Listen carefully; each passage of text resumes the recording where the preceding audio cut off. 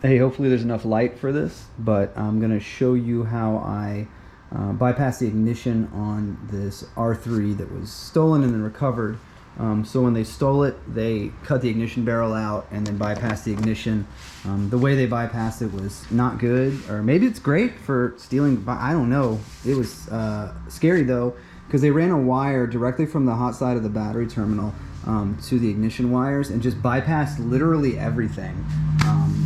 And as a result, there was an engine check light, and when you pull the code, it was a voltage to the ECU issue, obviously, since everything had been bypassed.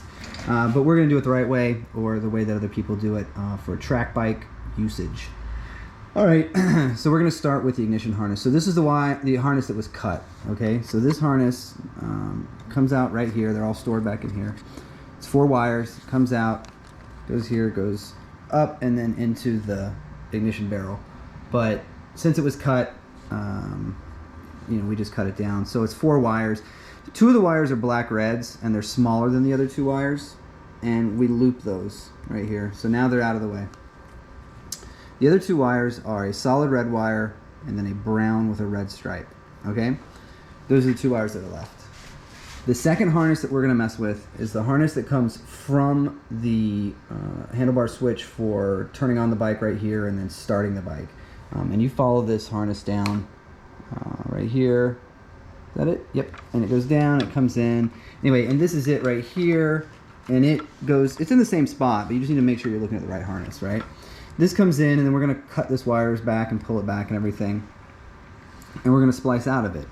All right? So the wires that we're going to splice out of the harness that come from the switch up here is that the red-white wire is going to connect to the brown-red wire from our ignition harness, and the red-black wire is going to connect to the red wire from our ignition harness.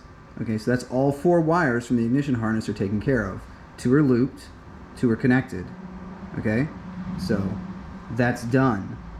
Now, we had to cut these 2 wires that came from our switch and that would go back into the main harness. And since we cut them, we just looped them.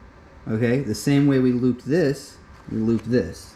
I did it a different way because I cut it too short, but it is the red-white wire and the red-black wire get looped back on themselves. As a result, now all we have to do is push this button and everything works.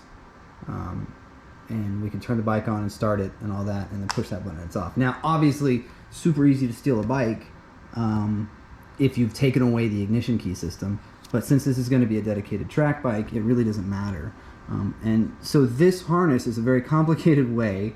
I wouldn't say complicated, it's just a rough way of doing a key bypass for a track bike. Companies sell the unit to take care of this. Woodcraft is one of them. And you can buy that, and it's something that you can plug in and then unplug when you don't want to use it anymore and go back to the standard ignition like you had before. This is a bunch of cut wires on the main harness, and you're never going to be able to go back to the way it was before as far as cleanliness because you've just spliced the main harness. But if you end up in a situation like I am, where you've got a bike that was already cut up and they'd already messed with the harness, then why not just cut it yourself? And if you're wondering how to do it, this is how to do it.